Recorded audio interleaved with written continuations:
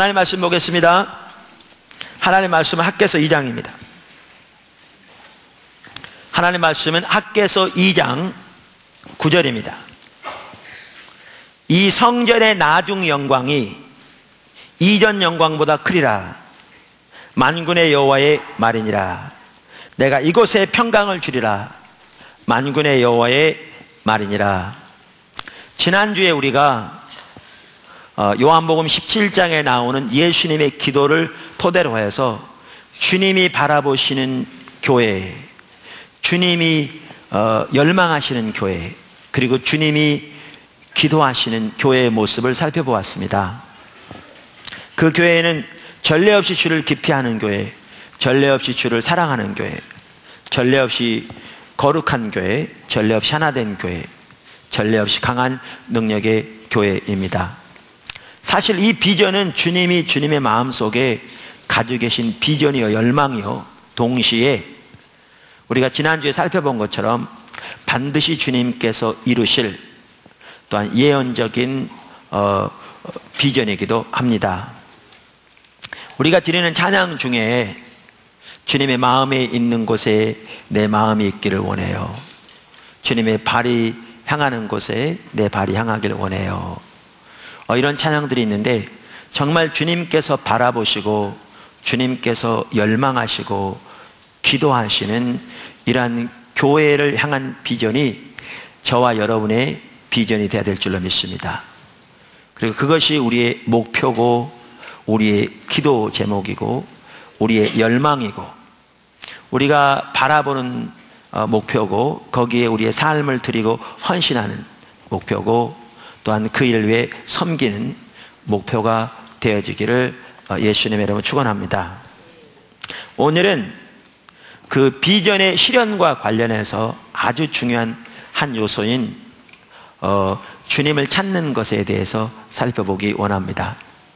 사실 제가 이 비전 시리즈를 시작할 때 우리 포도나무 교회 지체들이 우리를 향하신 하나님의 비전, 부르심이 무엇인가를 이렇게 알고 그것을 바라보고 우리가 그 일에 이렇게 집중적으로 나아가는 이것이 절실하게 필요한 것이 보여졌고요.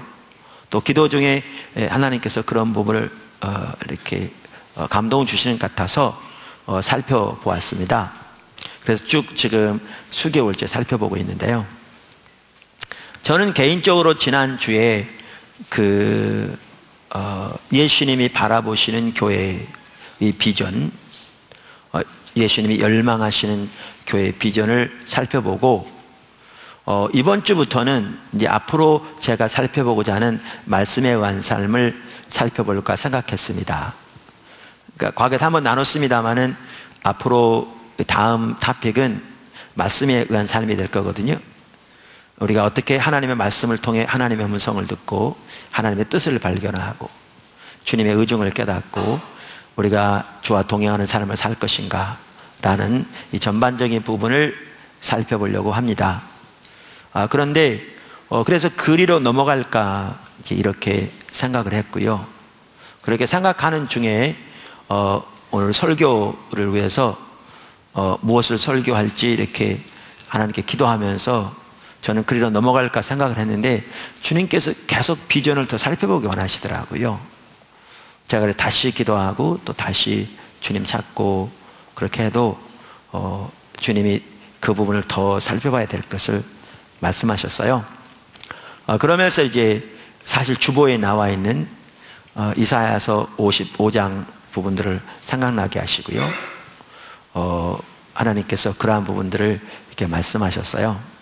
그래서 제가 이제 그 부분을 놓고 구체적으로 이제 설교를 준비하는 중에 제가 더 보게 된 것은 비전 시리즈만 하더라도 그냥 하나의 시리즈로 넘어가기를 절대 원치 않으시고요. 당연한 얘기지만 그 주님의 마음에 있는 주님의 비전을 우리들이 더 보기를 주님이 원하시고요.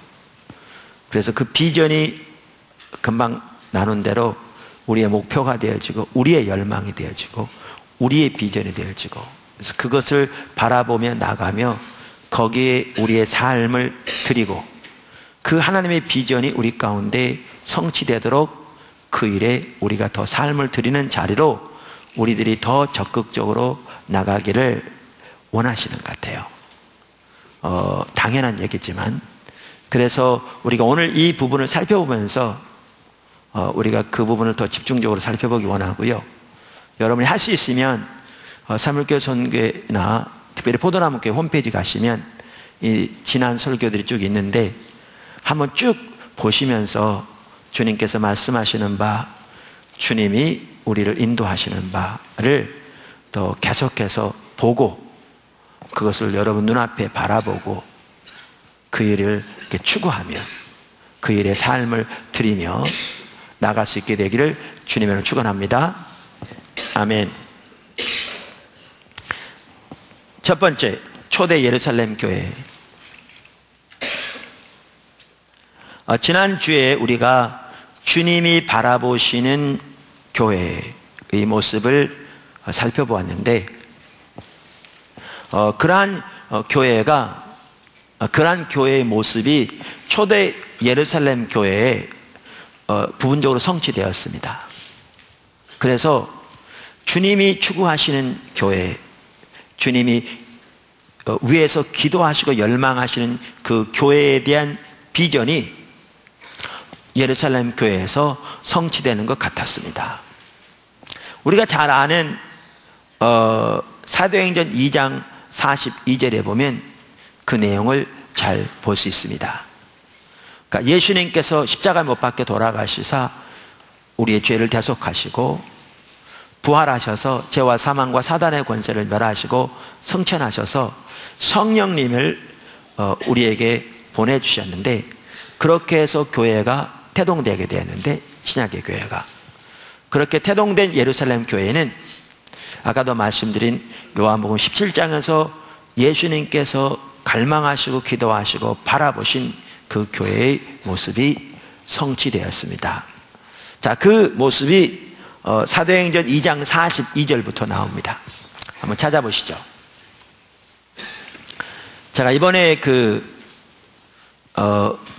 서울에 있는 교회 집회 가서 설교하는 중에 거기서 이렇게 어느 구절 말하면 방송실에 다 띄워주더라고요.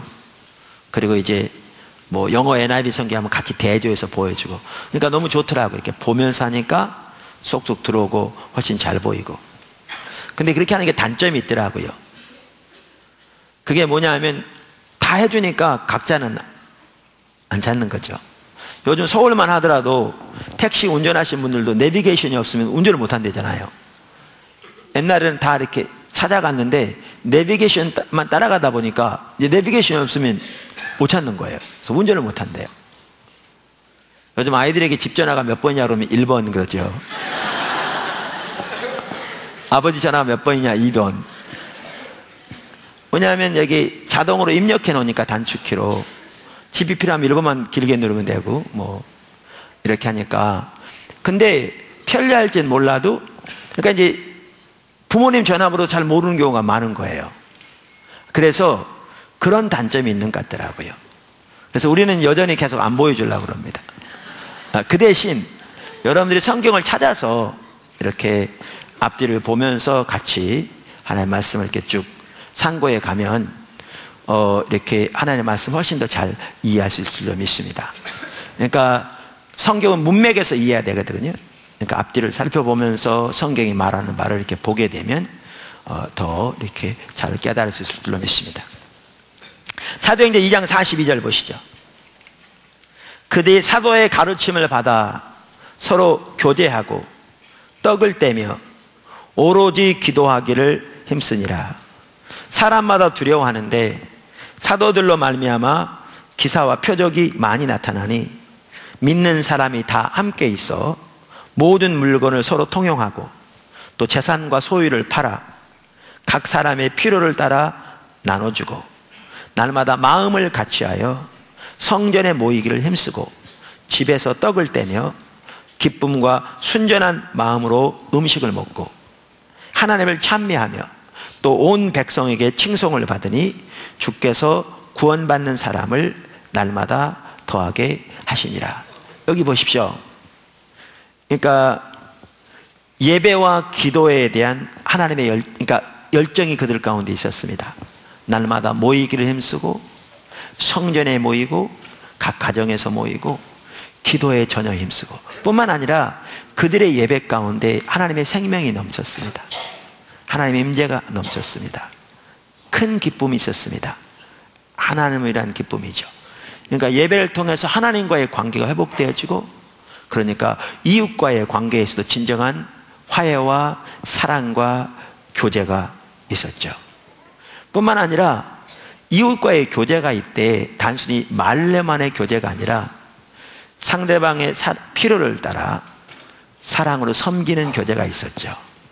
구제만 하더라도 오늘날 우리가 하기 쉬운 것처럼 되게 부자인 사람이 이웃 사람 어렵다고 3만 원 구제하는 이런 정도의 구제가 아니라, 여기에 보시면 삶을 같이 나누는 진정한 의미의 구제가 있었죠.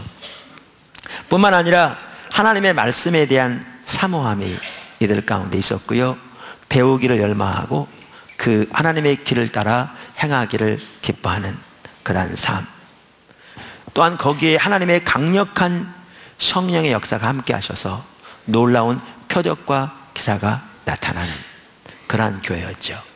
그래서 전체적으로 하나님을 경외함이 하나님을 믿는 하나님의 백성들 가운데 있었을 뿐만 아니라, 심지어 사도행전에 보면 안 믿는 사람들에게도 하나님을 경외함이 일반적으로 있어서, 두려워함이 있어서 교회에 나오기를 두려워하는, 왜? 나오면 자기 속에 있는 게 다 드러나니까. 그럼에도 하나님이 교회 가운데 함께 하심으로 날마다 믿는 자가 더해가는 그러한 하나님의 역사가 있었던 걸 볼 수 있습니다. 이처럼 예수님께서 바라보시고, 예수님께서 열망하시고, 예수님께서 기도하신 그러한 교회가 이 땅에 세워졌습니다. 그래서 그 약속이 성취되는 것처럼 보였죠. 사도행전 4장에서도 이와 비슷한 모습을 볼 수 있는데, 이렇게 하나님의 교회는 아름답게 세워졌지만 핍박은 많았습니다. 하나님의 일은 항상 어둠의 세력들로부터 핍박이 있습니다. 그랬을 때도 그들은 그 핍박을 두려워하지 않고 핍박을 피하기보다 오히려 담대함을 달라고 하나님께 기도하고, 또 하나님께서 강하게 하나님의 능력으로 역사해 주시길 기도했을 때 성령이 그들에게 임하셨죠.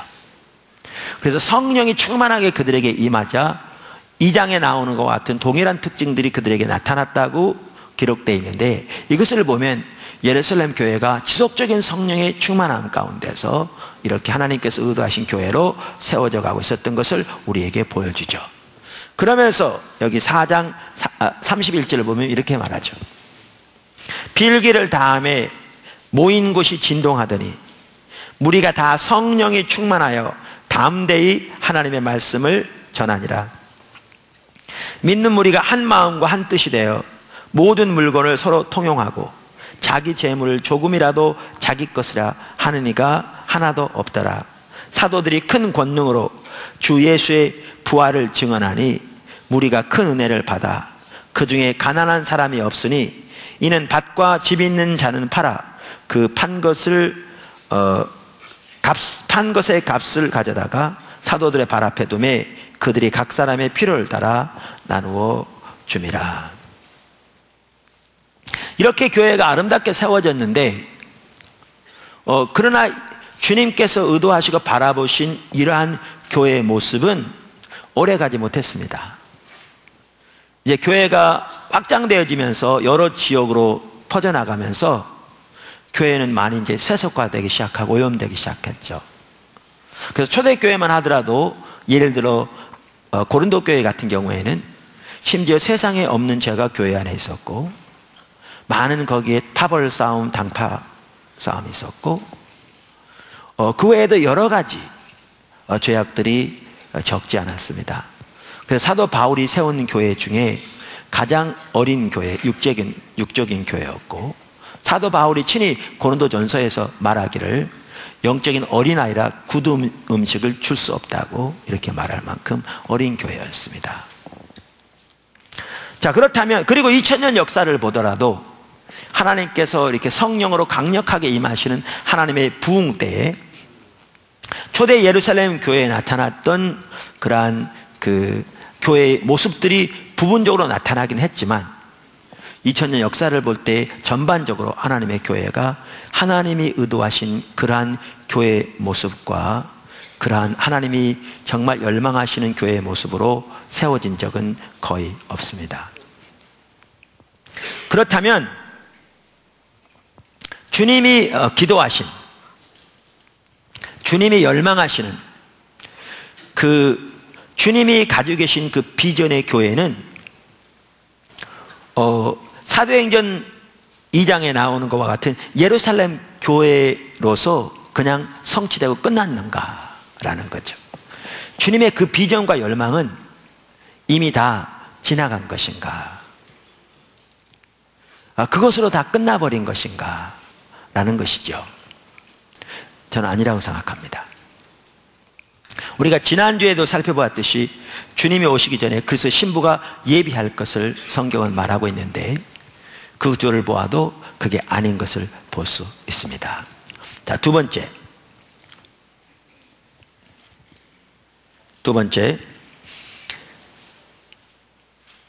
이전의 나중 영광이 처음 영광보다 클 것입니다. 이전의 나중 영광이 처음 영광보다 클 것입니다.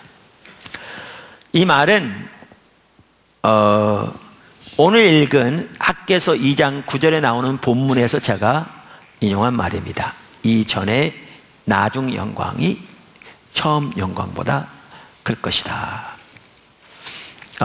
이 말은 초대교회의 영광보다 말세지말의 교회의 영광이 더 클 것이다 라는 것을 제가 의미하는 말입니다. 자, 그래서 오늘 읽은 본문 말씀을 좀 보면서 그 부분을 먼저 설명드리도록 하겠습니다. 자, 학개서 2장을 다 찾아보시죠. 학개서 2장을 다 찾아보시죠.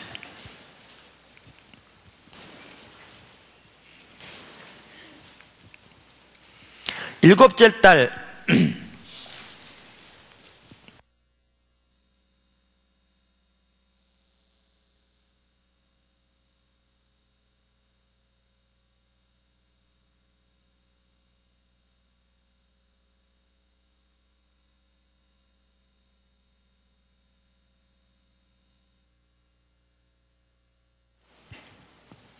앞에 나오면 목이 많이 건조해가지고요. 좀 어떨 때는 좀 힘들어요.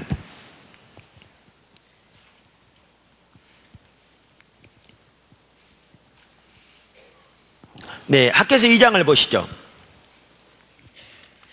일곱째 달 곧 그 달 21일에 여호와의 말씀이 선지자 학개에게 임하니라. 이르시되 너는 스알디엘의 아들 유다 총독 스룹바벨과 요사닥의 아들 대제사장 요사와 남은 백성에게 말하여 이르라.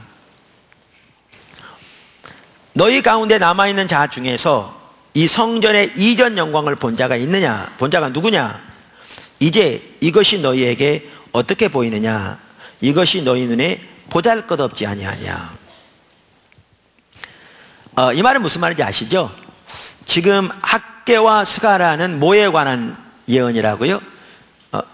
유다 백성들이 바벨론 포로에 돌아와서 성전을 짓기 시작했는데 그것이 중단되었다가 이제 하나님께서 학개와 스가라를 보내서 이 성전 짓는 일을 계속하라고 이렇게 촉구하시면서 격려하시는 것에 관한 구절이라고요. 그래서 여기에 보시면 이 말은 무슨 말이냐면 우리가 살펴본 대로 원래 예루살렘 성전, 그것은 솔로몬이 지은 성전이죠. 원래 다윗이 지으려고 했는데 하나님께서 다윗에게 짓지 못하게 해서 모든 그 재료, 금 같은 것뿐만 아니라 설계도까지 다 솔로몬에게 넘겨주고 시키는 솔로몬이 지었죠. 이 성전은 정말 화려한 것이었어요. 그런데 그 성전이 서기전 586년에 불타 없어지죠. 바벨론의 침공으로 나라가 망할 때. 자, 그런데 이들이 이제 다시 돌아와서 성전을 짓다가 이제 그것이 중단됐다 다시 짓기 시작하는데 시기적으로 보면 꽤 시간이 많이 지났죠. 그런데도 그 중에는 어떤 사람들이 있었냐면 어렸을 때 그 성전의 모습을 보았던 사람들이 있었어요. 그러니까 이분들은 주로 나이가 많은 사람들이 있겠죠. 그래서 그분들이 보기에는 이거는 성전도 아니에요. 처음 성전은 나무부터 레바논에서 제일 좋은 백향목을 가져다가 짓고 금으로 이렇게 다 이렇게 입혀서 지었는데, 이거는 뒷산에 가서 나무 가져다가 적당히 짓는 성전이니까 이거는 성전도 아니에요. 그러니까 이제 사람들 중에는 그거를 이렇게 얘기하면서 이게 무슨 성전이냐, 이게 보잘것없는 이게 무슨 성전이냐, 이런 얘기들이 있었던 것 같아요. 그래서 뭐죠? 하나님께서 이 얘기 하시는 거예요. 너희는 보기에 이게 어떻게 보이느냐, 이렇게 말씀하시면서, 보잘것이 없이 보이냐, 이렇게 말씀하시면서, 그러면 4절에 이렇게 말씀하세요. 그러나 여호와가 이르노라 스룹바벨아, 그 당시 총독이죠. 스룹바벨아 스스로 굳세게 할지어다. 여호사닥의 아들 대제사장 여호수아야, 스스로 굳세게 할지어다. 여호와의 말이니라. 이 땅 모든 백성아 스스로 굳세게 하여 일할지어다. 제가 잠깐만 언급하고 넘어가면요, 우리는 이런 경향이 있는 것 같아요. 우리가 어떤 환경이나 여건으로 인해서 낙심하면 하나님께서 우리에게 은혜를 주셔서 낙심한 우리를 하나님이 강권적으로 일으켜 세워서 용기를 북돋아줘서 우리에게 일어나서 일하도록 하게 하실 줄로 아는 것 같아요. 근데 하나님 그렇게 안 하세요. 하나님은 우리에게 자유의지를 주셨기 때문에요. 우리가 하나님의 약속 붙잡고 일어나야 돼요. 우리가 하나님을 신뢰하고 스스로 굳세게 하여 일어나야 돼요. 그리고 그 주님의 일에, 또한 하나님의 부르심에 우리가 일어서 힘을 내어 나가야 돼요. 그래야 주님이 도우세요. 그러니까 예배만 하더라도요, 사도 바울이, 죄송합니다, 그 다윗이 말하기를 내 영혼아 어찌하여 너는 내 속에서 낙심하여 하는고. 그만큼 환경이 낙심적인 상황이었던 걸 볼 수 있죠. 그러나 그는 뭐라고 말하고 있는가? 하나님 오셔서 저 낙심을 좀 제거해 주시고 저에게 힘을 주셔서 제가 일어나서 갈 수 있도록 어떻게 좀 만들어 주세요. 안 그렇습니다? 낙심하여 하는 거, 너는 여호와를 바라라, 이렇게 말하죠.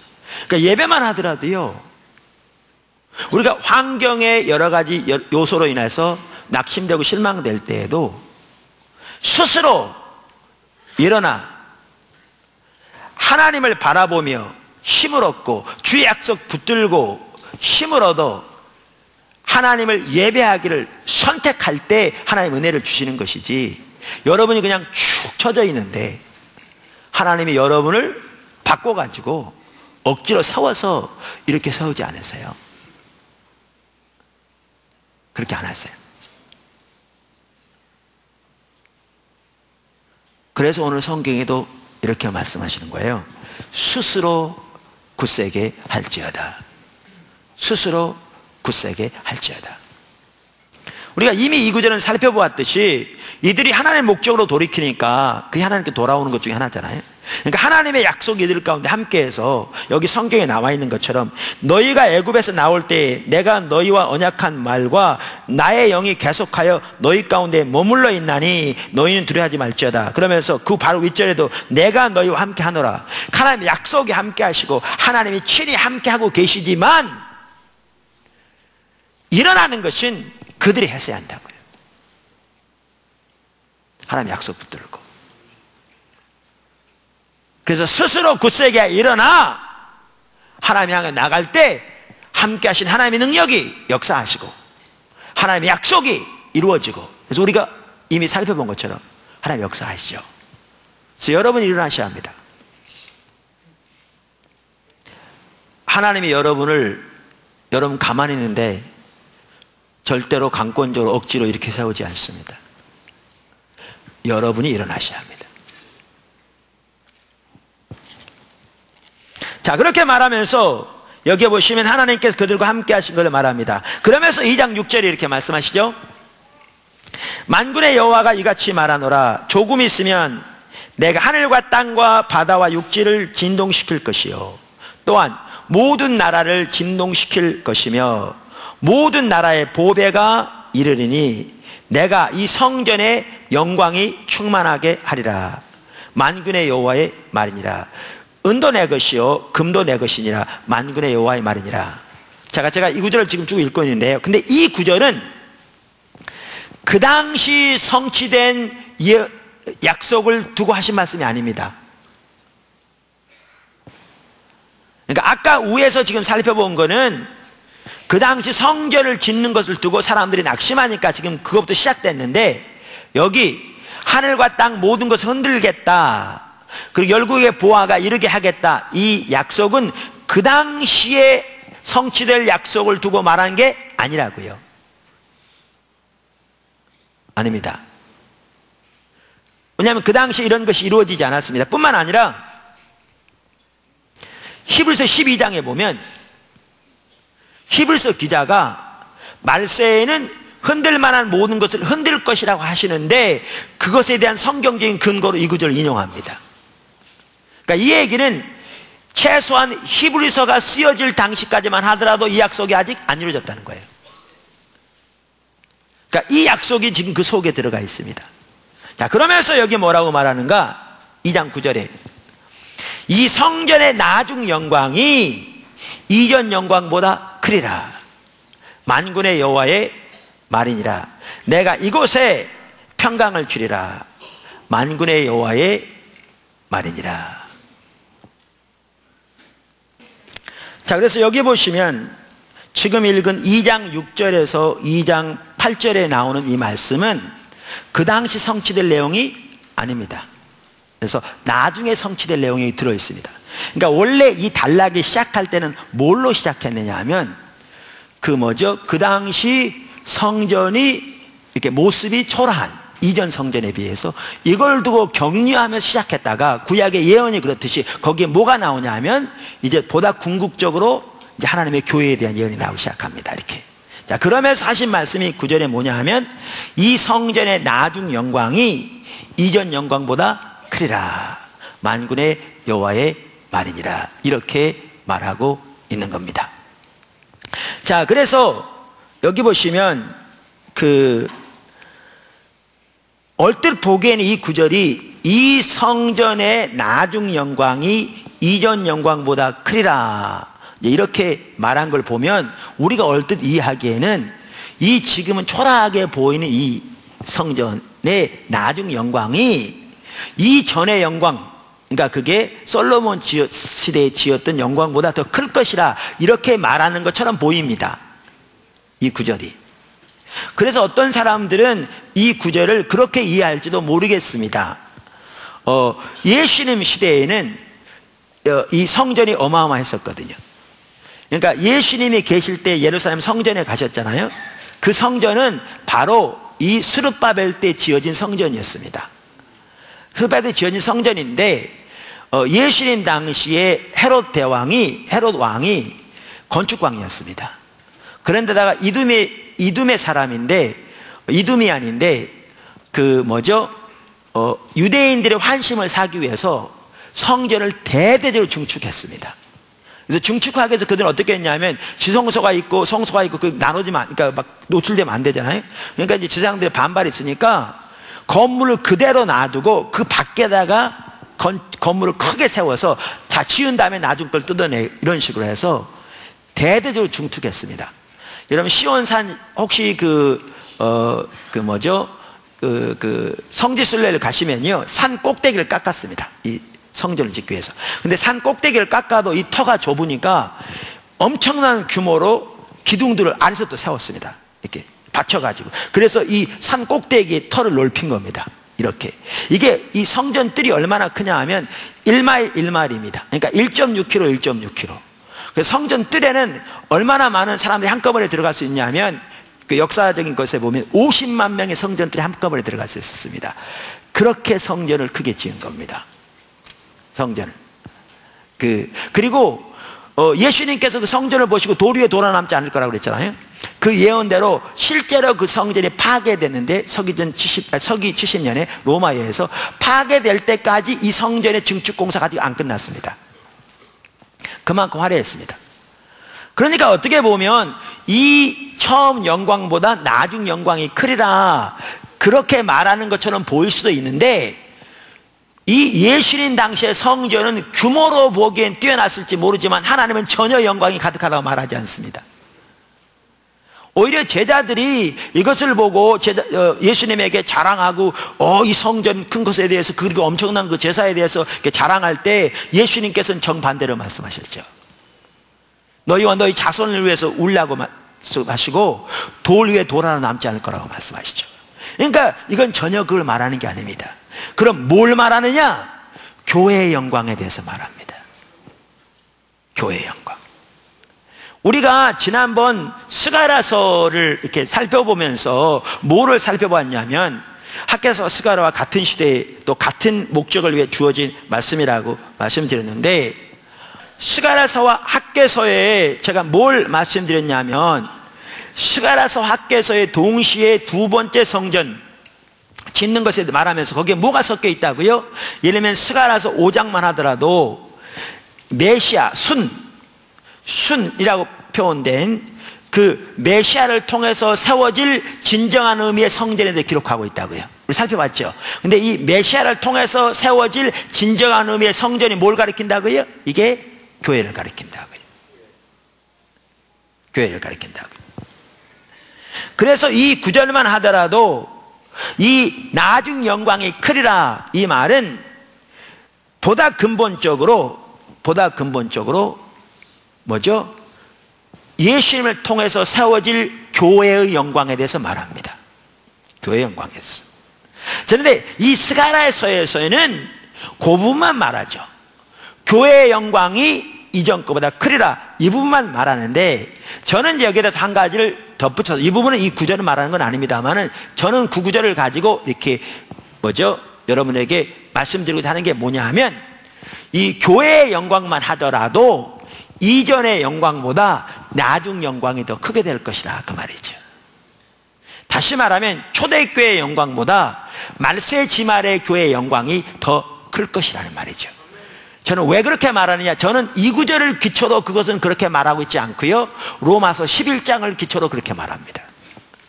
로마서 11장을 기초로 그렇게 말합니다.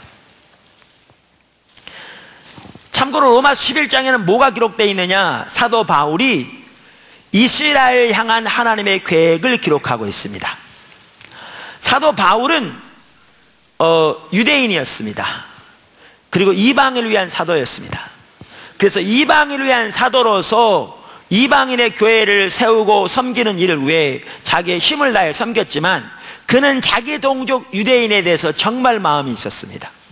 그래서 그는 하나님께서 자기 동족 유대인을 다 구원해 주시기만 한다면 차라리 자기를 하나님의 생명책에서 빼주신다 할지라도 그렇게 되기를 기꺼이 원할 만큼 자기 동족에 대한 열망이 있었습니다. 그러는 가운데 이 로마서 11장에서 바로 그 자기 동족 이스라엘에 대한 하나님의 계획을 기록하고 있습니다. 여기 보시면 이제 거기에 보면 아까 말씀드린 그 초대교회의 영광보다 말세지말의 교회의 영광이 더 클 것을 분명하게 볼 수 있습니다. 분명하게. 자, 그러면 로마서 11장 11절부터 보시죠. 로마서 11장 11절부터. 그러므로 내가 말하노니 그들이 넘어지기까지 실족하였느냐. 여기 그들은 유대인들을 가리킵니다. 이스라엘 백성. 이 말은 다시 말하면 뭐냐 하면, 하나님 이스라엘 백성 유대인들이 예수님을 배척했습니다. 십자가 못 박아 죽였습니다. 그리고 복음이 이제 드디어 이방인에게 전파되기 시작했습니다. 물론 초대교회 처음 교회는 유대인 중심으로 먼저 세워진, 예루살렘 교회는 유대인 중심으로 세워진 교회고요, 점점 이제 복음이 유대인뿐만 아니라 이방인에게 전파되기 시작했습니다. 그래서 처음에는 유대인과 이방인이 같이 시작되게 됐지만 점점 이방인 중심으로 교회가 더 확산되게 시작되게 됐죠. 자, 그러면 유대인들이 이렇게 예수님을 핍박해서 십자가 못 박아 죽였는데, 그러면 하나님의 백성으로서의 유대인을 향한 계획은 다 끝났냐? 이스라엘을 향한 하나님의 계획은 다 이제 끝났느냐? 그 말입니다. 답변은 절대로 그럴 수 없느니라. 그렇지 않다. 끝나지 않았다. 그 얘기죠. 자, 그러면서 이렇게 말씀하십니다. 그럴 수 없느니라. 그들이 넘어짐으로 구원이 이방인에게 이르러 이스라엘로 식인하게 함이니라. 그들의 넘어짐이 세상의 풍성함이 되며 그들의 실패가 이방인의 풍성함이 되거든 하물며 그들의 충만함이리요. 그러니까 그들이 이렇게 넘어지고, 그러니까 그 아래 쭉 읽어보시면 감람나무로 비유하며 살아가는 백성을 참 감람나무 가진 이스라엘이 잘려나가고 거기에 돌 감람나무인 이방인이 접붙이게 되어져서 하나님 백성에 더해지게 되었다. 그래서 이들의 넘어짐이 이방인의 충만함이 되었다, 이렇게 말하는 거죠. 이렇게. 그러면서 뭐라고 말하느냐면, 저들의 넘어짐이 이방인의 충만함이 되었다면 저들이 다시 돌아오게 되는 것은 얼마나 더욱더 충만하겠느냐, 이렇게 말합니다. 이해되시죠?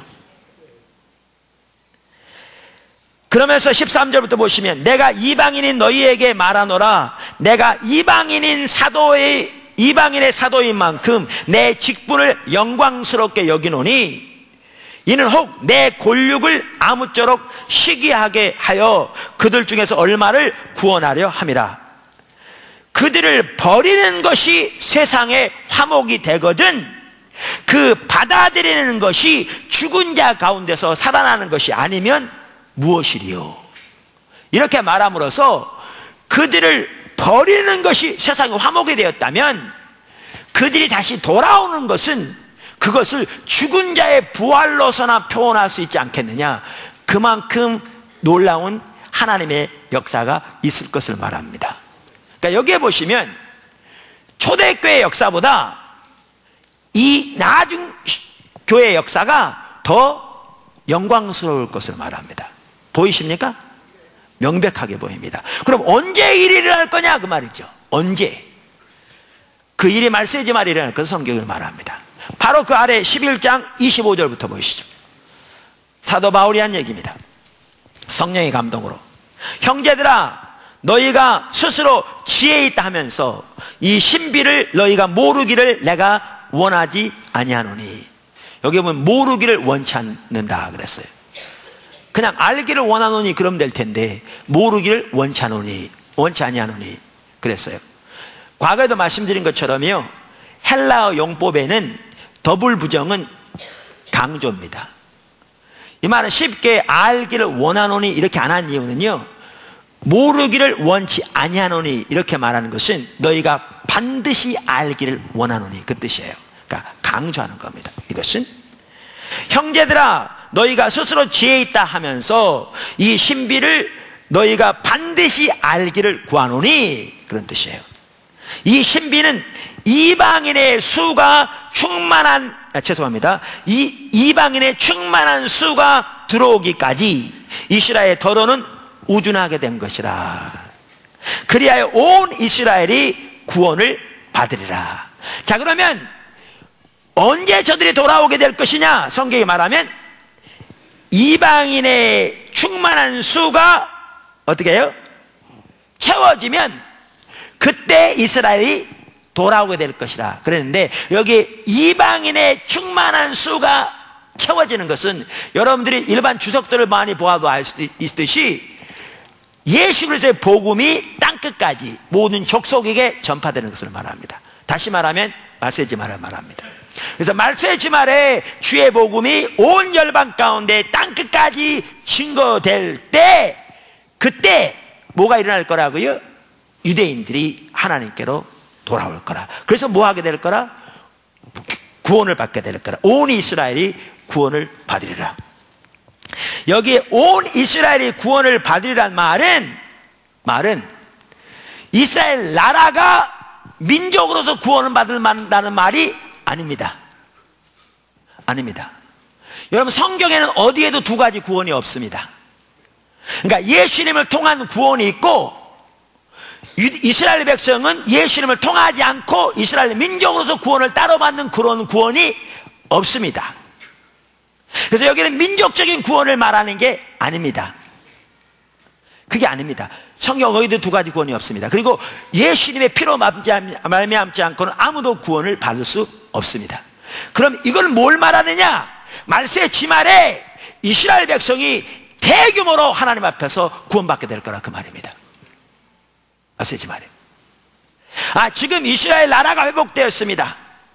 여기저기서 소위 디아스포라 유대인들을 이스라엘로 이렇게 불러들이는 노력을 하고 있습니다. 저는 그 일이 귀하다고 생각합니다. 그러나 그것이 성경에 말하는 이스라엘의 구원을 말하는 것은 아닙니다. 그게 하나의 징표가 될지는 몰라도 그것이 구원을 말하는 게 아닙니다. 온 이스라엘의 구원을 받는다는 것은 이스라엘 백성들이 예수 그리스도 안에서 구원받을 것을 말합니다.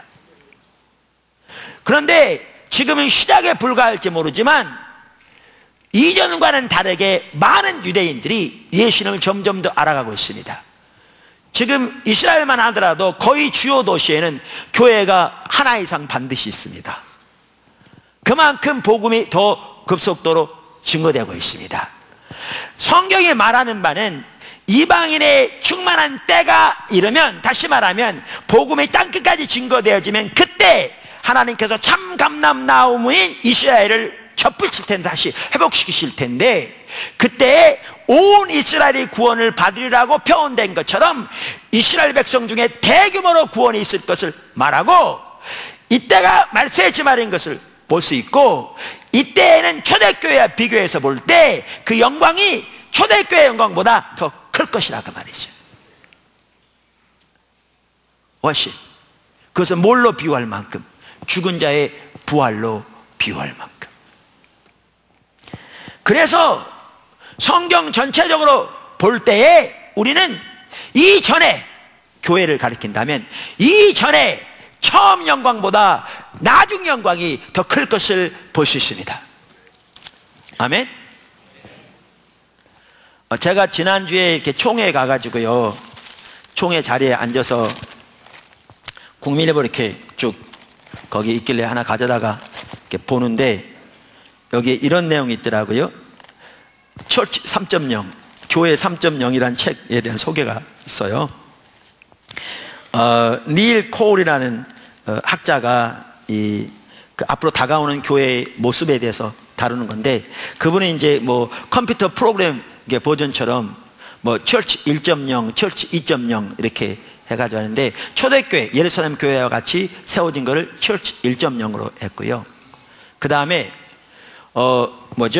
콘스탄틴 황제로부터 시작해서 교회가 로마의 국교가 된 이때부터 교회를 처치 2.0으로 했어요. 그러면서 종교 개혁이 일어났지만 전체 구조나 이해나 틀에서는 크게 바뀌지 않았다. 그래서 그게 2.1은 될지 몰라도 3.0은 아니다. 그러면서 급속도로 지금 세계가 변화하고 있는데, 지금은 처치 3.0. 그러니까 우리가 옛날로 돌아갈 수는 없다. 그러나 처치 3.0을 향해 나가야 한다. 그러면서 썼는데, 그 참 볼 바가 있어요. 제가 이 책을 구해보려고 그랬는데 아직 번역이 안 된 것 같더라고요. 제가 그래서 외국에 있는 사람의 부탁에 좀 영어를 사서 보내라고 이렇게 부탁을 해놨는데, 그러면서 다가오는 교회의 모습의 특징에 대해서 말하는 것 중에 하나가 뭐냐면 영적 능력에 의존한다. 그러면서 교회의 참모습 구현이라 이렇게 말했더라고요. 이전의 나중 영광이 처음 영광보다 더 클 것입니다. 아멘. 세 번째, 하나님의 얼굴을 집중적으로 구하는 것이 핵심입니다. 하나님의 얼굴을 집중적으로 구하는 것이 핵심입니다. 우리가 그 하나님이 바라보시는, 예수님이 바라보시는, 예수님이 하나님이 열망하시는 그 교회의 모습에 대해 살펴봤는데, 이러한 예수님이 가지고 계신, 하나님이 가지고 계신 그 교회에 대한 비전과 관련해서 아주 중요한 성경 구절이 어느 구절이냐면 이사야 하반부입니다. 이사야 하반부입니다.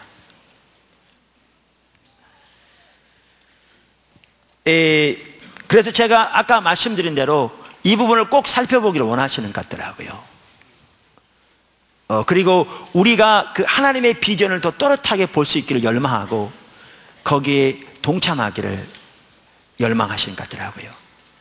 여러분, 요한복음 15장에 보면 예수님께서 나의 친구라 그랬는데, 예수님의 친구, 하나님의 친구는 어떤 사람이냐? 하나님의 마음이 있는 곳에, 하나님의 의중이 있는 곳에, 하나님이 계신 곳에 함께 있는 자입니다.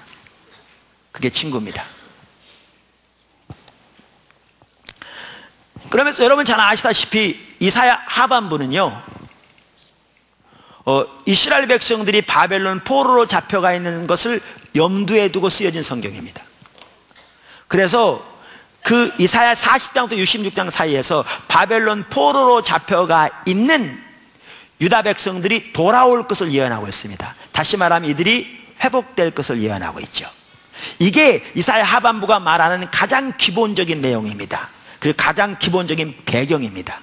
근데 구약의 모든 예언서가 다 그렇듯이 이렇게 그 당시 바벨론 포로에서 돌아올 것을 예언하면서 여기에 같이 어떠한 예언이 섞여 있느냐면 고난의 종으로 오실 메시아를 통한 인류의 구속에 대한 예언이 섞여 있습니다. 왜냐하면 예수님의 대속의 죽음과 부활을 통한 인류의 구속이야말로 진정한 의미의 회복이며 그 구속이야말로 가장 궁극적인 회복이기 때문에 그렇습니다. 그래서 이 이사야 하반부에서는 신약 성경이 없이도 예수님을 통한 구속을 이해할 수 있을 만큼 주님의 고난과 부활에 대한 예언이 들어있습니다. 이사야 하반부에는. 그래서 사람들은 이사야 하반부를 구약의 복음이라 부르기도 하고 고대인을 위한 복음이라 부르기도 하고 또 어떤 사람들은 제5복음서라 이렇게 부르기도 합니다. 여러분 보세요. 사도행전 8장에 나오는 그 당시 에티오피아 국왕의 국고를 맡은 네시, 이 네시가 그 하나님을 경외하는 자였죠. 다시 말하면 이방인이면서 유대인으로 개종은 안 했지만 유대인과 같이 야훼 하나님을 섬기며 유대인의 규례를 따라 신앙생활하는 그런 사람들을 God fear라고 해서 하나님을 경외하는 자들이라고 사도행전에 말해요. 그런 사람 중에 하나였죠. 근데 그가 구원받게 된 가장 핵심적인 계기가 바로 이사야서 53장을 읽고 가다가 빌립의 설명으로 거기에서 예수님을 발견하고 구원받게 된 거죠. 그 이후로 지금까지 수많은 사람들이 그 구절을 통해서 구원받았는데, 특별히 여러분, 유대인들이 그들의 메시아인 예수님을 발견하고 구원받게 되는데 가장 많이 사용되는 성경 구절이 이사야 하반부입니다. 오늘날도 수많은 유대인들이 이사야 하반부를 통해서 예수님을 발견하고 구원받습니다. 이처럼 이사야 하반부에는 이스라엘 백성들의 바벨론 포로에서 회복을 말하면서 그 바벨론의 압제가 아닌 죄와 사단의 노예가 되어 있는, 그리고 죽음의 노예가 되어 있는 인류를 고난의 종으로 오실 메시아를 통해 구속하시고 회복시킬 것이 예언되어 있습니다. 이게 섞여 있죠. 그런데 이 이사야 하반부에는 더 나아가 교회의 회복에 대한 예언이 들어있습니다. 교회의 회복과 예언에 대한, 부흥에 대한 예언이 들어있습니다. 어떻게 교회에 대한 교회의 회복에 대한 예언이 들어있느냐? 우리는 이사야 하반부에 나오는 종에 관한 내용을 보아도 그 사실을 알 수가 있습니다. 그러니까 이사야 하반부에는 종이 나옵니다. 종, servant. 근데 종이 나오는데 이사야 하반부에 나오는 종이 세 종류가 나옵니다. 세 종류가. 그러니까 첫째는 이사야 하반부에 나온 종, 첫째는 이스라엘입니다. 이스라엘. 그러니까 성경은 명백하게 그렇게 써 있습니다. 예를 들면 이사야서 41장 8절, 나의 종 너 이스라엘아. 그 외에도 41장 1절, 2절, 45장 4절 등에 보면 종이 이스라엘인 것을 말하고 있습니다. 그런데 이사야 하반부에 또 한 종류의 종이 나옵니다. 그 종은 고난의 종으로 오실 메시아죠. 그래서 고난의 종으로 오실 메시아를 의미하는 구절이라고 일반적으로 학자들이 말하는 종의 노래라고 부르는 구절이 4구절이 있습니다. 신약 성경에는 복음서가 4개 있는데 이사야 하반부에는 예수님에 관해서 가리키는 종의 노래라고 학자들이 일반적으로 지칭하는 노래가 4개 나옵니다. 여기에서 종은 메시아를 가리킵니다. 근데 성경에 보시면 메시아로 오신 예수님은 이스라엘의, 그러니까 하나님의 또 다른 종인 이스라엘과 깊은 관련이 있습니다. 어떻게 해요? 이 예수님이 참 이스라엘로 오시는 겁니다. 이 예수님이 이스라엘의 완성자로 오신 거죠. 이 예수님이 이스라엘의 대표자로 오신 겁니다. 깊은 관련이 있습니다. 그런데 이사야 하반부에는 또 다른 종류의 종이 나옵니다. 세 번째 종류의 종이죠. 이 종은 이스라엘도 아니고 메시아도 아닙니다. 이 종은 복수로 나옵니다. 종들이라고. 여러분, 이사야서 53장 이후로는 종이 한 번도 단수로 나오지 않습니다. 이사야 53장 이후로는 종이 반드시 복수로만 나옵니다. 이 종들이라고 표현된 이들은 이스라엘도 아닙니다. 이 종들이라고 표현된 이들은 메시아도 아닙니다. 왜? 메시아라면 단수가 돼야 되니까요. 또 다른 종들이 나오죠. 복수로 나옵니다. 그럼 이들이 누구냐? 제가 가지고 있는 성경 중에 하나가 그 NIV 성경인데, 이거는 그냥 우리나라에서 만든, 한쪽에는 한국말, 한쪽에는 NIV 성경이 있는 이렇게 돼 있는 거고, 아래는 그저 뭐죠? 영어 단어 써놓은 이런 성경인데, 그냥 미국에서 나온 잔더반이라는 그 출판사에 나온 NIV 성경이 있습니다. 그 NIV 성경 아래에 그 편집자들이, 학자들이 여기다가 간단한 주석을 이렇게 다루는 그 성경이 있는데요. 거기 NIV 성경 주석에 보면 그 종들에 대해서 이사야서 53장 이후로는 복수로만 나온다고 말하면서, 예를 들면 이사야서 63장 1절, 7절, 그러니까 17절, 65장 8절, 9절, 13절, 15절, 60장 14절, 54장도 마찬가지고요. 이렇게 나오는데 복수로만 나온다고 말하면서 그들의 정체에 대해서 뭐라고 말하느냐, 이렇게 말합니다. 제가 영어로 써 있는 거 그냥 직역해 보겠습니다. 이들은 주님께 대한 신실한 자들인 참된 신자들이다. 그들은 유대인과 이방인을 모두 포함한다. 56장 6절에서 8절을 보라. 그들은 한편으로는 그 종, 그러니까 메시아를 말하죠. 53장 10절에 나오는 그 종의 후손들이다. 다시 말하면 이들이 누구냐? 이 고난의 종으로 오신 메시아의 소위 말하면 후손들로서 그에게 속한 자들입니다. 여기 이들은 이방인과 유대인을 다 망라합니다. 이들이 누구냐? 신약의 교회입니다. 신약의 교회예요. 그래서 하나님께서 유대인과 이방인을 합하여 한 새 백성을 만드신 것이 교회인데, 바로 예수님 안에서 하나님이 창조하신 하나님을 위한 한 새 백성, 혹은 새 이스라엘, 이들이 교회인데 바로 이 종들의 정체가 바로 그들입니다. 그래서 니키 감불 같은 그러한 그 목회자 겸 학자도 부흥의 본질이라는 책에서 이사야 하반부에서 부흥의 본질을 찾아냅니다. 거기에 부흥의 본질이 들어있거든요. 그러면서 이 종들의 실체를 교회라고 말합니다. 교회라고. 이와 같이 이사야 하반부에 보면 바벨론 포로에서 돌아올 것이 예언되는 동시에 거기에 메시아를 통한 인류의 구속이 예언되어 있고, 이제 거기에 교회에 대한 예언이 나옴으로써 여기에 교회 회복에 대한 예언이 들어있습니다. 교회 회복에 대한 예언이 들어있습니다. 자, 이렇게 말하면서 이사야서 55장도 그 중에 하나인데, 바로 이 하나님의 역사를 위해 우리에게 절박하게 필요한 게 뭐냐? 하나님을 집중적으로 찾는 것이라고 말하고 있습니다. 자, 지금부터 그래서 우리가 오늘 주보의 본문이라고 나와 있는 그 이사야서 55장을 살펴보겠습니다. 이제 어떤 의미에서 어떤 배경으로 살펴보는지 아시겠죠? 네. 이사야서 55장 1절. 오라 너희 모든 목마른 자들아 물로 나오라. 돈 없는 자도 오라. 너희는 와서 사 먹되 돈 없이 값 없이 와서 포도주와 젖을 사라.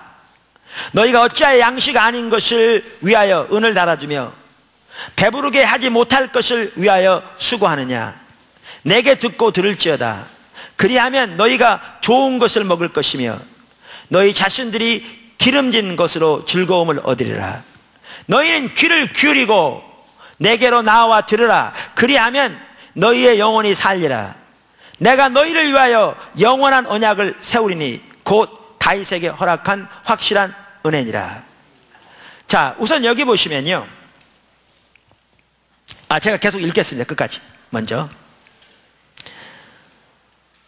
보라 내가 그를 만민에게 증인으로 세웠고 만민의 인도자와 명령자로 삼았나니 보라 내가 알지 못하는 나라를 내가 부를 것이며 너를 알지 못하는 나라가 내게 달려올 것은 나 여호와 내 하나님 곧 이스라엘의 거룩하신 이로 말미암음이니라. 이는 너를 영화롭게 하였느니라.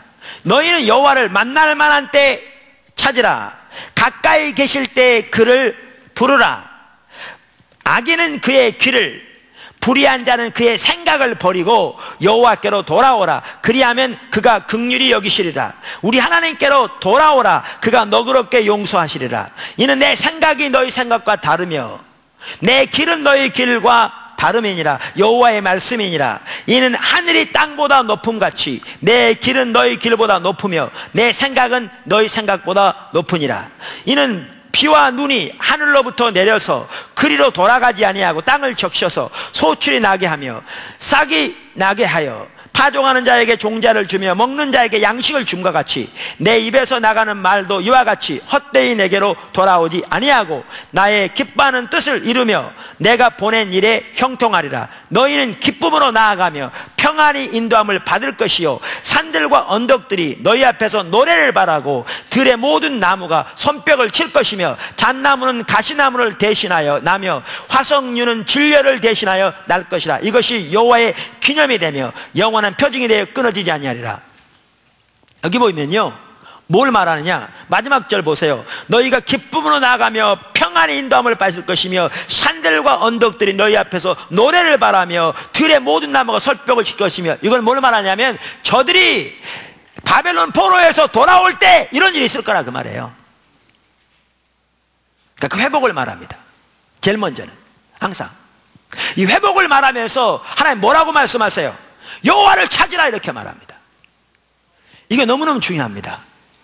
우리가 이미 그 사무엘상 7장에서 뭐죠? 그 미스바 성회에 대한 것도 살펴봤습니다. 우리가 본질로 돌아가야 하나님의 생명 회복된 걸 살펴봤는데, 여러분 여기에 보면 이 약속을 하나님 이루실 거라 그 말이죠. 얼마큼 이루실 거냐? 하늘에 비가 내리면 그냥 돌아가냐? 비가 내리면 그 비가 싹이 나게 하고 열매를 맺게 해서 결실을 맺고 난 다음에 돌아가지 않냐? 예를 들면 수증기로 돌아가는 거죠. 이런 것처럼 내 말이 반드시 이루어질 거라 그 말이죠. 그러니까 여기에 내 말의 가장 먼저 어떤 말이죠? 바벨론 포로에 돌아올 것, 이 일을 반드시 이루실 거라. 그러니까 우리가 쉽게 말하면 봄에 씨앗을 심으면 가을에 싹이 나서 열매를 맺는 것만큼 확실하게 일을 이루실 거라 그 말이죠. 그래서 이런 일이 일어날 거라. 산들이 기뻐할 거라. 오늘날로 보면 일어났죠. 근데 그러면서 이렇게 말합니다. 하나님이 반드시 이루실 것이지만 너희 편에서는, 그러니까 우리 편에서는 주님을 찾아야 한다. 주님의 얼굴을 구해야 한다. 목마른 자들아 오라. 값없이 와서 살아. 양식 아닌 것을 위하여 은을 달아주며 배부르지 못할게 할 것을 위하여 수고하느냐? 내게 와서 내 몫을 정정하라. 내게로 돌아오라. 그리고 돌아오려면 여기 나온 것처럼 자기 길, 자기 생각을 따르는 삶을 버리고 너의 길보다 하늘보다 높은 하나님의 길을 따라 사는 삶을 통해 내게로 돌아오라, 이렇게 말하죠. 그러니까 이 바벨론 포로에서 돌아오는 약속이 이루어지는 것도 하나님의 때 하는 것이지만, 반드시 하나님께서 이루시겠다고 하시지만, 이들 편에서는 하나님을 찾는 게 핵심이었죠. 하나님을 찾는 게. 근데 이 이사야서 55장만 하더라도 아까도 말씀드린 대로 바벨론 포로에서 돌아올 것에 대한 예언만이 아니라고요. 그게 아니에요. 그거를 볼 수 있는 핵심적인 구절 중에 하나가 뭐냐? 여기 3절부터예요. 아까 읽은 3절부터. 너희는 귀를 기울이고 내게 나와 들으라. 나를 찾으라. 내 목소리를 청종하라. 그 말이잖아요. 그리하면 너희 영혼이 살리라. 그러면서 뭐라고 그러시냐면, 내가 영원한 언약을 세우리니 이 언약은 다윗에게 허락한 확실한 은혜다. 그러면서 내가 그를 만민에게 증인으로 세웠고 만민의 인도자와 명령자로 삼았다. 그래서 어떤 일이 있느냐? 보라, 내가 알지 못하는 나라를 내가 부를 것이며 너를 알지 못하는 나라가 내게 달려오는 일이 있을 거라. 왜냐하면 내 하나님 여호와께서 이스라엘을 거룩하게 하셨기 때문이라, 이렇게 말해요. 이 구절은요, 뭐에 관한 예언인 줄 아세요? 저들이 돌아와서 하나님이 다윗에게 주신 그 언약이 계속되어지는 그 다윗의 자손으로 유단 나라를 회복시킬 것에 대한 예언도 들어있을지 몰라도 보다 궁극적으로는 예수님에 관한 예언입니다. 여러분 집에 가서 학자들이 쓴 주석을 보십시오. 대부분의 학자들은 여기에 너는 예수님을 가리키는 것을 알 수 있을 겁니다. 다윗의 자손으로 오실 예수님. 그래서 이렇습니다. 인류의 구속만 하더라도 그래요. 주님이 오셔서 그 놀라운 일을 이루실 거라, 그 말이죠. 그러니까 양식 아닌 것을 위해서 금을 달아주며 배부르지 못하게 할 것을 위하여 수고하는 무리들이여 하나님께 나오라. 그러면 그 복을 너희가 얻게 될 것이라. 너희 영혼이 살게 될 것이라, 그 말이죠. 그죠? 오늘날도. 근데 우리가 지금 여기서 살펴보고자 하는 것은 뭐냐 하면요, 더 나아가서 이 약속은 교회 회복에 대한 약속도 같이 있다는 거예요. 교회 회복에 대한 약속. 그럼 어디를 보고 그렇게 얘기하느냐? 여기 55장 5절만 보더라도 그걸 알 수 있다고 말이죠. 그럼 55장 3절과 4절에 보면 예수님에 관한 예언이 나오죠. 내가 그를 만민에게 증인으로 세웠고 만민의 지도자와 명령자로 세웠나니 그랬죠. 자, 그럼 55절에 뭐라고 그렇습니까? 아주 중요한 구절인데 55절, 보라, 내가 알지 못하는 나라를 내가 부를 것이며 너를 알지 못하는 나라가 내게 달려올 것은 여호와 내 하나님 곧 이스라엘의 거룩하신 이로 말미암음이니라. 이는 너를 영화롭게 하였느니라. 할렐루야. 근데 여기 너가 누구냐는 거예요. 여기 너가, 그러니까 내가 알지 못하는 나라, 내가 부를 것이며 너를 알지 못하는 나라가 내게 올 것은 여호와께서 너를 영화롭게 하였다. 여기 너가 누구냐는 거예요. 너가.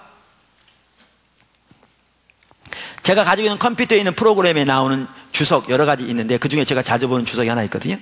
거기에 보니까 너에 대해서 이렇게 썼어요. 너 2인칭 단성, 너에 대해서. 그 주석에도 이렇게 썼어요. 자, 읽어볼게요.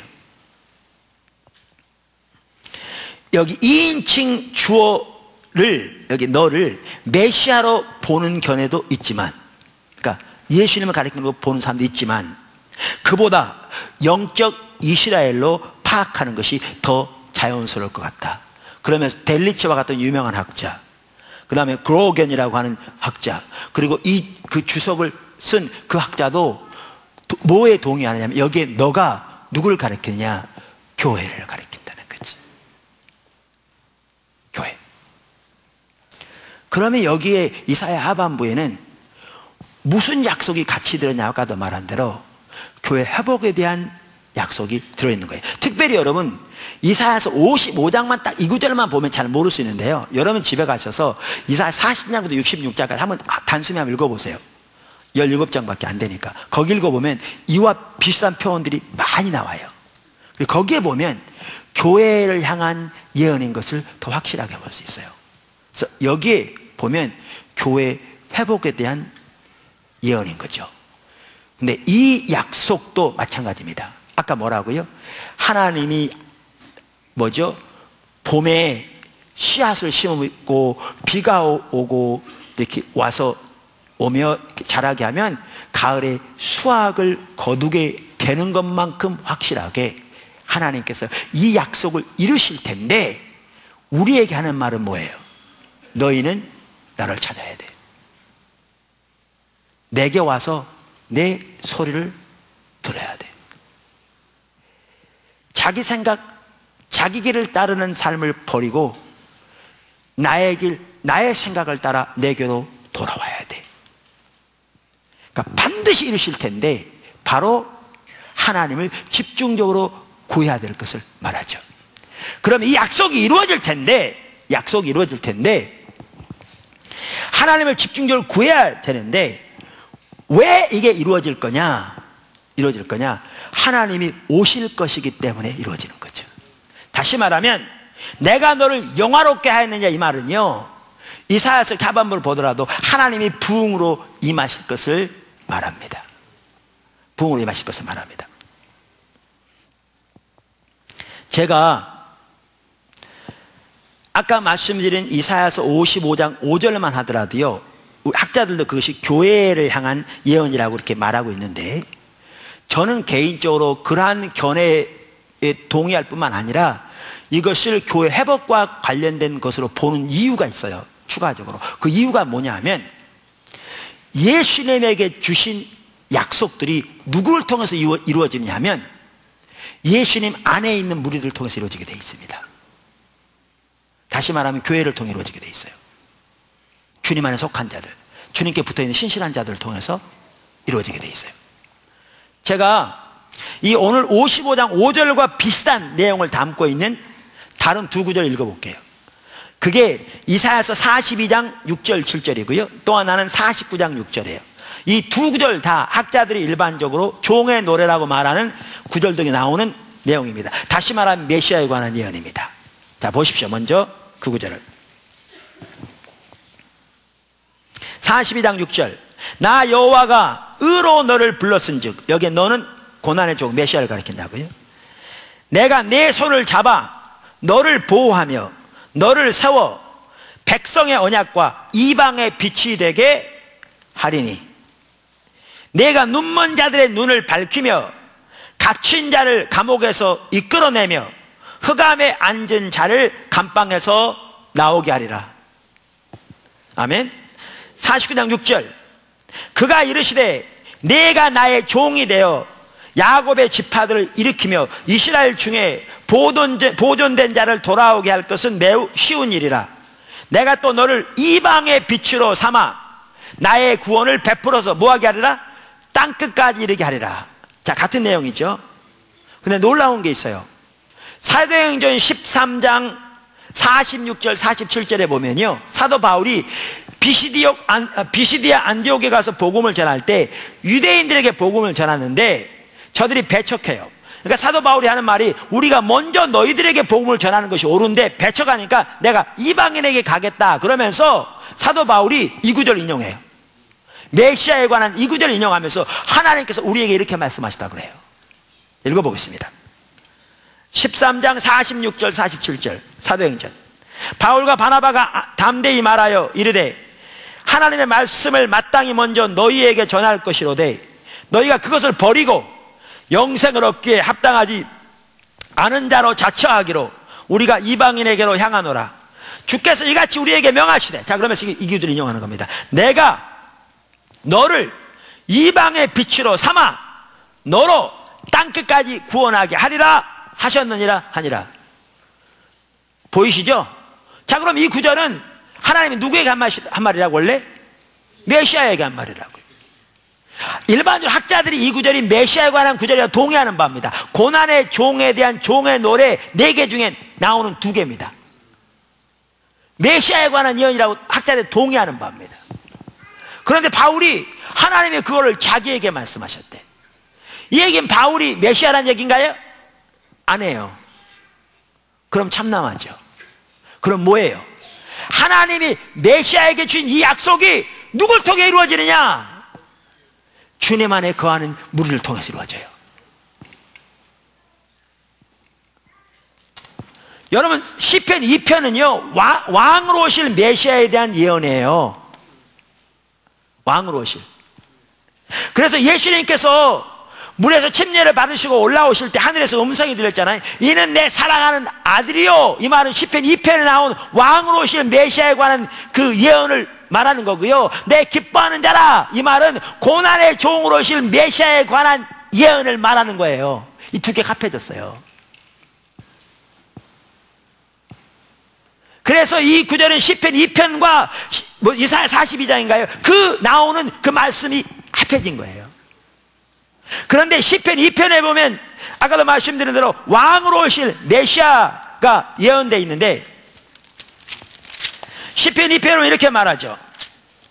여기에 나오는 시편은 메시아에 관한 예언이라니까요. 그러면서 7절에 내가 여호와의 명령을 전하노라. 여호와께서 내게 이르시되 너는 내 아들이라. 오늘 내가 너를 낳았도다. 이 말은 예수님이 하나님이 낳으신 분이라는 게 아니라 하나님의 아들이라는 말이에요. 그러면 태어난 분이 아니에요. 성경 보시면 알지만. 8절 내게 구하라. 내가 이방 나라를, 그러니까 열방을 그 말이죠, 내 유업으로 주리니 내 소유가 땅끝까지 이르리로다. 그러니까 열방을 소유로 주신 것은 하나님께서 예수님에게 주신 거예요. 근데 여러분 기억하실 것은 이 약속이 어떻게 이루어지냐고요. 예수님의 십자가와 부활을 통해 구속을 통해 이 구속을 이루셨는데 이 약속이 실현되는 것은 예수 안에 있는 무리들을 통해서 이 약속이 이루어집니다. 약속이. 그래서 성경에는 예수 그리스도 안에서 모든 약속이 예라고 되어 있고 예스라 그렇게 되어 있고, 또한 말하기를 우리는 자녀이면 상속자니 그리스도와 함께한 상속자라는 말은 공동 상속자라는 말이죠. 하나님께서 예수님에게 주신 모든 유업이 예수님 안에 거하는 무리들을 통해서 이루어질 것을 말하는 겁니다. 그걸 말하는 거예요. 그러니까 아까 이사야서 55장 5절에 나오는 내가 너를 불렀은즉, 그러니까 내가 알지 못하는 나라를 내가 부를 것이며 너를 알지 못하는 나라가 내게 달려올 것은 여호와께서 너를 영화롭게 했다는 말은 교회에 대한 예언으로서 예수님 안에 머무는 그리스도께 속한 자들을 통해서 하나님께서 부흥으로 임하심으로 열방이 이들에게로 나오는, 그리고 열방으로 그 영향력이 확대돼가는 그 하나님의 일을 이루실 걸 말합니다. 여러분, 그렇다면 너무나 놀라운 게요, 이사야서 55장 5절에 나오는 이 비전, 이 뜻, 이 예언과 우리가 이미 살펴본 스가랴 8장에 나오는 예언이 똑같은 예언입니다. 스가랴 8장 20절부터 특별히 보십시오. 하나님이 오시면 우리 가운데서 거하시면 운행하시면 그 하나님의 생명이 넘칠 거라고 말하면서 그렇게 되기를 하나님이 크게 분노함으로 질투한다고 했잖아요. 8장 2절에서. 그러면서 그 내용 중에 하나가 뭐냐, 8장 20절부터 나오는데 보십시오. 만군의 여호와가 이같이 말하노라. 다시 여러 백성과, 그러니까 여러 민족들과 그 말입니다. 많은 성읍의 주민이 올 것이라. 이 성읍 주민이 저 성읍에 가서 이르기를 우리가 속히 가서 만군의 여호와를 찾고 여호와께 은혜를 구하자 하면 나도 가겠노라 하겠으며, 많은 백성과 강대한 나라들이 예루살렘으로 와서 만군의 여호와를 찾고 여호와께 은혜를 구하리라. 만군의 여호와가 이와 같이 말하노라. 그날에는 말이 다른 이방 백성 10명이 유다 사람 하나의 옷자락을 잡을 것이라. 곧 잡고 말하기를 하나님이 너희와 함께 하심을 들었나니 우리가 너희와 함께 가려 하노라 하리라 하시니라. 이거요, 유대인들에게 이루어질 걸 말하는 게 아닙니다. 교회를 통해 이루어질 예언을 말합니다. 여러분, 이사야서 55장 5절에서 말하는 것과 정확히 똑같은 예언입니다. 하나님의 교회를 회복시키실 때 이렇게 하실 거라 그 말입니다. 근데 어떻게? 부흥으로 임하셔서 이렇게 하실 거라 하나님께서. 그런데 이 일을 위해서 절실하게 우리에게 필요한 게 뭐냐? 주님을 찾으라는 겁니다. 주님께 나오라는 겁니다. 주님께 돌아오라는 겁니다. 주님의 목소리를 청종하고 순종하라는 겁니다. 자기 길, 자기 생각을 따르는 삶을 버리라는 겁니다. 무슨 얘기인지 아시겠습니까? 주님께서 이 부분을 우리에게 집중적으로 말씀하고 계십니다. 제가 이번에 서울에 있는 그 교회 집회를 가서 이렇게 나누는 중에, 일반적으로 제가 교회 처음 가면 신앙의 본질을 가장 먼저 전합니다. 왜냐하면 그게 안 되면 다른 건 아무런 의미가 없으니까. 그리고 이렇게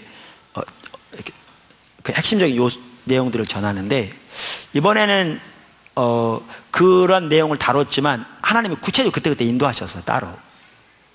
그래서 이제 어떤 일반적으로 하는 방식을 따르지 않고 하나님이 구체적으로 그때마다 말씀을 주신 걸 나눴는데, 하나님 참 귀하게 함께 하셨습니다. 근데 제가 나누면서 보니까 우리를 향한 그 하나님의 부르심과 행하고 계심이 더 보이더라고요. 제가 나누다 보니까. 그게 무슨 말이냐면, 우리가 얼마 전에 사무엘상 7장을 살펴보면서 그 미스바 성에 살펴보면서 그들이 단순히 모여서 기도한 게 아니라 하나님께로 돌아간 거라고 살펴봤잖아요. 그리고 우리가 여호와께 돌아가면 이게 신앙의 본질로 돌아가는 건데, 하나님께 돌아가면 하나님께서 돌아오시기 때문에 그분이 생명이니까 이렇게 하면 우리 가운데 하나님 생명이 넘친다고 그랬잖아요. 그래서 하나님의 생명이 넘친 것 중에 하나가 뭐라고요? 하나가 하나님의 유업이 회복된다고 그랬죠. 유업이. 그러면서 그 사무엘상 7장만 하더라도 저들이 하나님께 돌아갔더니 하나님께서 이스라엘에게 주셨다가 블레셋에 빼앗긴 그 모든 유업을 하나도 남김 다 찾게 됐다고 그랬잖아요.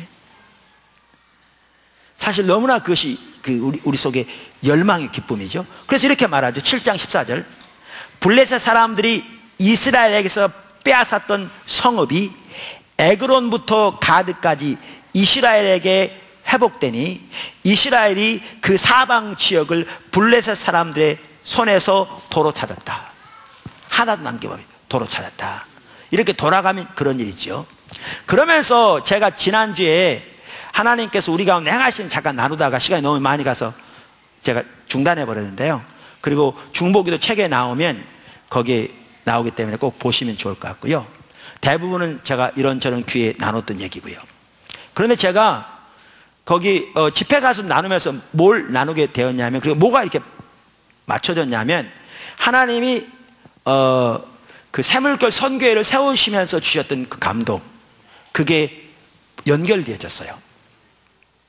우리가 새물결 선교회 창립 기념일을 1990 몇 년이죠? 8년? 8년인가 8월, 제가 잘 숫자를 기억 못해서 8월 13일인가 그래요. 지금부터 한 13년 전. 근데 왜 그날을 우리는 창립 기념일로 여기냐면요, 그 전부터 화요모임이 있었어요. 그 전 한 1년 전부터. 그리고 처음 모일 때는 그냥 이렇게 포도나무 선교회 이렇게 해서 모였어요. 그러다 이제 하나님께 새물교 선교의 모습을 점점 갖춰가기 시작했어요. 그래서 모임은 있었어요. 근데 왜 그날 새물교 선교회 창립 기념일로 여겼냐면요, 그때는 이기스 목사님하고 저하고 같이 이렇게 포도나무교회 집회를 인도했어요. 우리는 같이 다니면서 그때는 같이 집회 많이 했거든요. 초기에는 그분이 섬기는 교회 가서 같이 하고 이렇게. 근데 둘째 날인지 셋째 날인지 제가 설교를 하고 난 다음에 이렇게 기도사역 시간인데, 성령님 오시옵소서, 우리 가운데 역사해 주세요 초청하고 기다리는데 하나님의 임재가 강력하게 마시더라고요. 그러니까 주님이 여기 임재해 계신 걸 느끼겠더라고요. 얼마만큼? 제가 서 있을 수 없을 만큼. 그러니까 이 구약 성경에 이렇게 제사장들이, 그러니까 성전을 완성할 때 하나님의 영광의 임재가 강하게 임해서 제사장들이 서서 제사를 못 드렸다고 그랬는데, 제 눈에 뭐 안개 같은 건 보이지 않고 어떤 현상도 보이지 않았지만 하나님의 임재가 강력해서 제가 서 있지 못하겠더라고요. 완전히 땅바닥에 꼬꾸라붙었고요. 이기스 목사님 나중에 들으니까 완전히 나가 떨어졌다고 그러시더라고요. 근데 제가 딱 엎드려 있는데 주님이 제 마음속에 또렷하게 뭐를 쫙 보여가시냐면, 하나님이 우리나라에 첫 번째 유업을 주셨다고 그러시더라고요.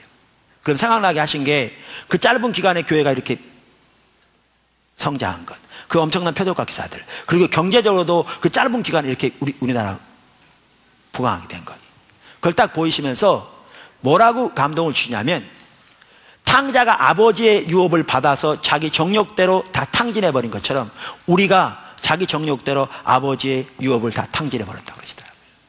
그때 경제가 마이너스, IMF 시절이었고요. 그리고 교회는 마이너스 성장. 그러면서 엎드려 있는데 주님이 또렷하게 뭐라고 그러시냐면, 우리나라에 두 번째 유업을 주실 텐데 거기는 경제적인 회복이 포함되는데, 하나님께서 그러시면서 그 징표로 샘물결 선교회를 세우셨다고 그러더라고요. 그래서 제가 그 말을, 그게 계기가 돼가지고 우리가 그때를 창립 기념일로 기념해요. 그러니까 여겨요. 근데 그러면 샘물결 선교회를 그 징표로 세웠다는 말이 무슨 말이냐, 이제 갈수록 더 이해되는 것 같더라고요. 그게 뭐냐, 하나님의 유업은 우리가 신앙의 본질로 돌아가야 회복돼요. 우리 신앙의 본질로 돌아가면 그게 하나님께 돌아가는 것이고, 그러면 하나님의 생명이 회복되니까요. 여러 번 살펴본 것처럼. 그래서 하나님께 샘물결 선교회를 통해서 신앙의 본질로 돌아가도록 이끌어 오시고 길을 보이셨는데, 그렇게 돌아갈 때 유업이 주어질 것을 말씀하신 거죠. 지난주에도 말씀드렸는데, 제가 하나님의 얼굴을 구하는 사람이 뭔지 알지도 못할 때 주님이 그 사람으로 저를 돌이키신 거거든요. 정말 전적인 하나님의 은혜로. 그러면 주님을 찾게 하신 거거든요. 그러면서 오늘에 이르게 하신 거거든요. 우리가 주역이 될 거라 그 얘기 아닙니다. 하나님이 역사하실 때 우리가 가장 귀하게 쓰일 거라 꿈 깨세요. 그 얘기 아닙니다. 하나님께서 그렇게 말씀하신 그 의도를 점점 알아가는데, 말씀드린 대로 하나는 우리가 신앙의 본질 십자가 복음 가운데서 하나님을 알고 존재를 살아가며 그분의 얼굴을 구하는 삶, 다시 말하면 신앙의 본질로 돌아가야, 그래야 하나님 유업이 주어지는 거죠. 그걸 말하는 거고요.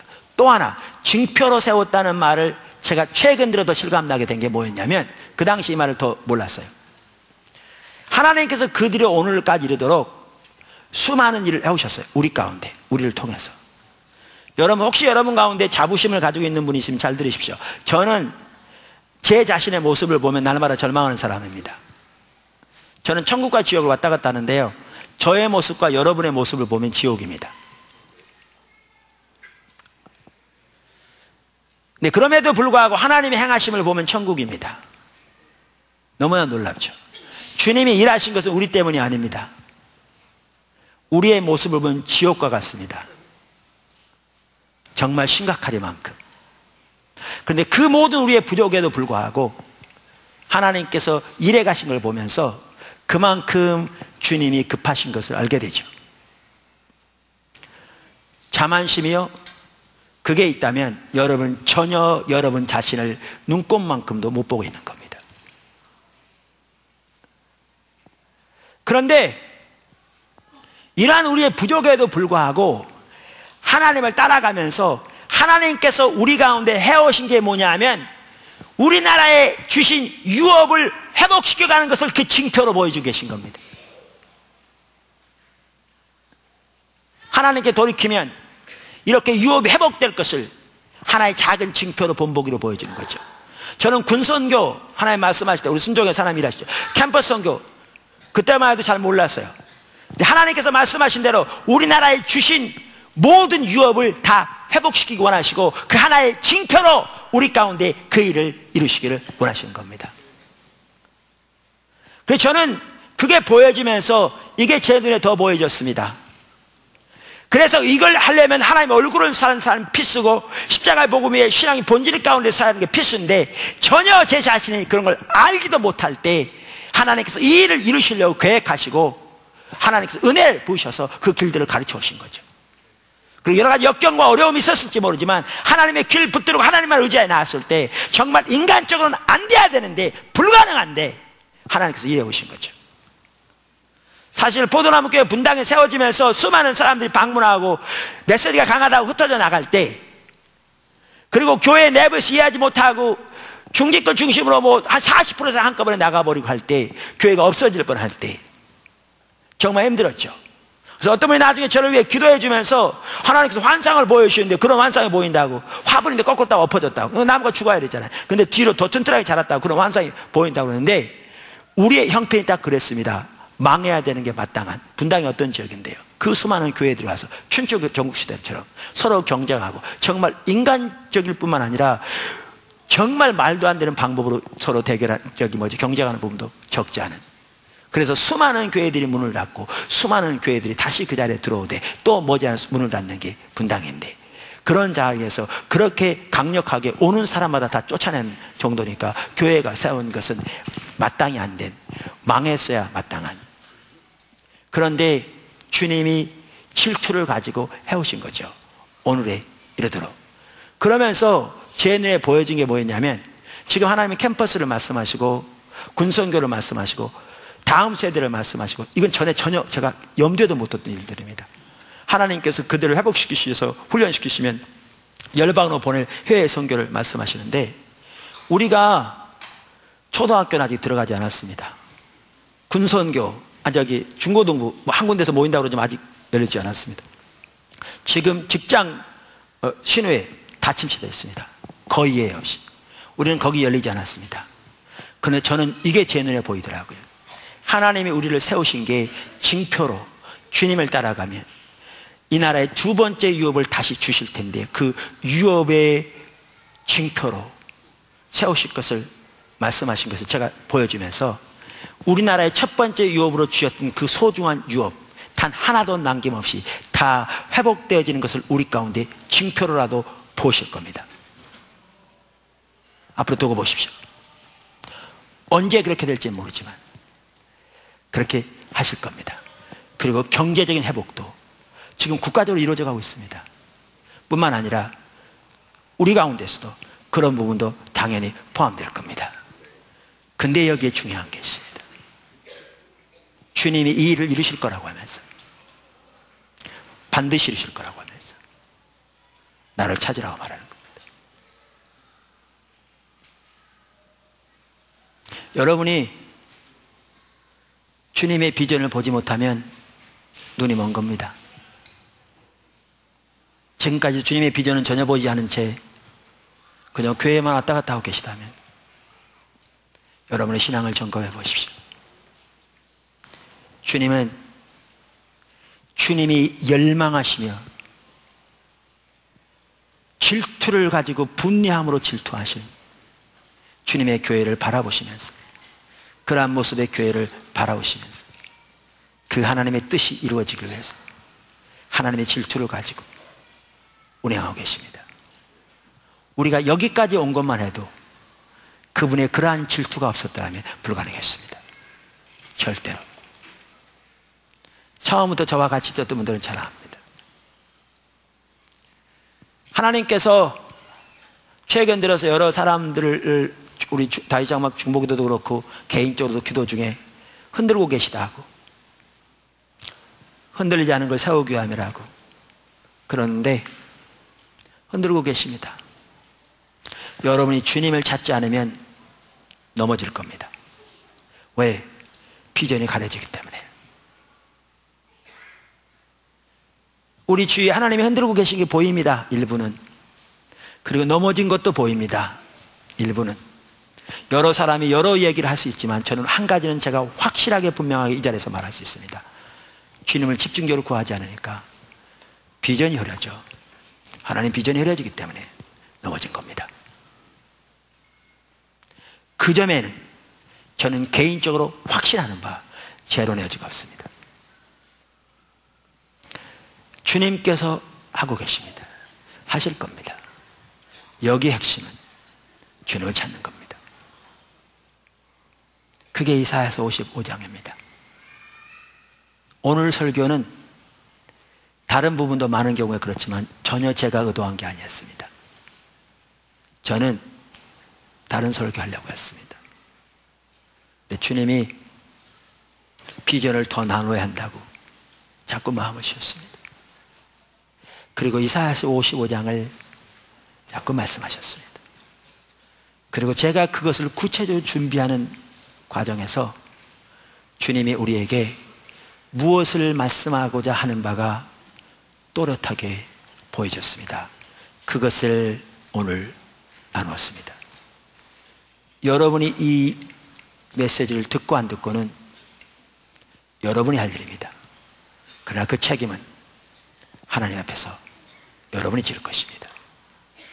포도나무 교회가 하나님께서 우리에게 은혜를 부으시고 사명교회 선교에 은혜를 부으셔서 정말 주님이 바라보시는 그 열망, 주님이 바라보시는 교회의 비전, 크게 분노함으로 질투하시면서 바라보시는 그 비전의 교회가 우리의 목표가 되어지고 그 하나님의 뜻이 이루어지도록 우리의 삶을 드리며 그걸 위해 기도하고 그걸 위해 순종해 나가는 저와 여러분이 되기를 주님으로 축원합니다. 기도하겠습니다.